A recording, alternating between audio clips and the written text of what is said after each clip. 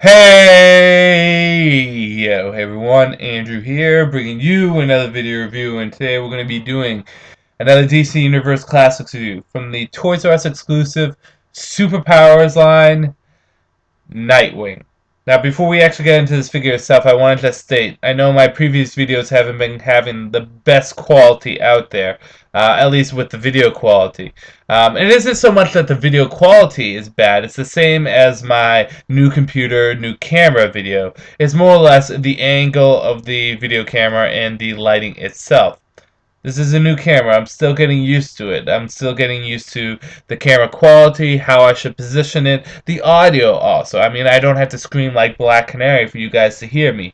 So please bear with me while I figure out what works best for you guys and for the videos. It's going to take time, but eventually I hope that I will find what will work out for everyone.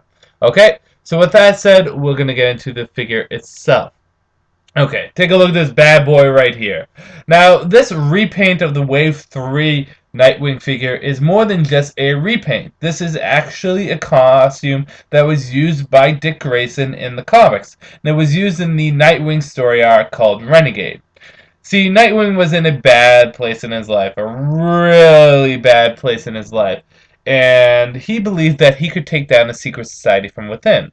So he decided to play a dangerous cat and mouse game with Deathstroke the Terminator, which is pretty much the last person you want to play any game with, and took on the new persona of the villain Renegade, which is basically just Nightwing with a different color scheme and a few little additions to the costume.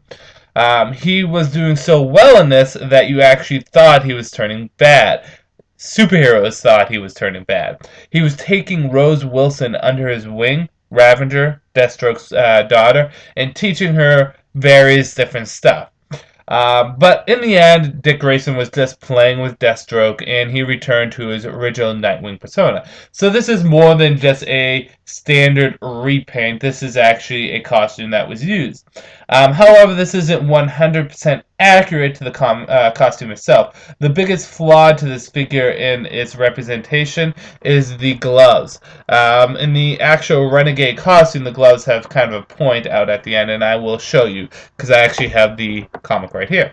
This is the Renegade story arc, and if you notice on Nightwing's gloves right here, is that there's a point. Kind of a blade of sorts, a fin. Everything else is pretty much accurate, it's just more or less that fin area. So, with the exception of that, they even got the mask, for the most part, correct. It covers more of the face rather than just the eyepieces. So, that is good. Originally, I wasn't going to bother searching for this figure, but apparently this figure is very sought after by collectors. I guess. I don't know. I haven't been collecting figures as much as I would like. If you actually see my room, I have more than enough figures. Unless it's something really rare or something that I really want, I won't really go out of my way to get it. But I saw this in Toys R Us. I just went to Toys R Us for some random reason. Actually, I was looking for the defining moments, the Rock figure from the WWE figure lines, and it's not out yet, and that makes me cry a little because I have my Rock right here, and he really needs a friend. He really needs another People's Champion. But I was going through the DC Universe Classic figures, and I saw a lot that I wanted. I actually saw the Deathstroke the Terminator with a mask, which I don't have. I have him unmasked. And then I saw this guy, and I was oh so close to not buying him, but I said, you know what? Might as well get him because I'm never going to see him again. And at first I was very skeptical about this figure. I didn't know how to feel about it. If the leg was a little off, it was angled a little off on mine, you might be able to see that. However, it kind of bent in a little bit more by using the stand. But the figure actually really looks good once you have it on display. It's a really nice repaint with good quality. There's actually good shadowing on the figure itself. And overall, the color scheme works well. You have a really dark kind of crimson brown, and then you have kind of an orange red for the Nightwing symbol. It's a really good looking figure. I am very impressed by this.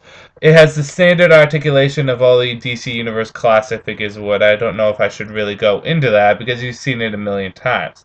The figure comes with its own stand which says superpowers on it. That's pretty cool. That's pretty cool. And it fits nicely on the figure itself, and you can basically stand them however you wish. Let's just get this in there. There we go. See?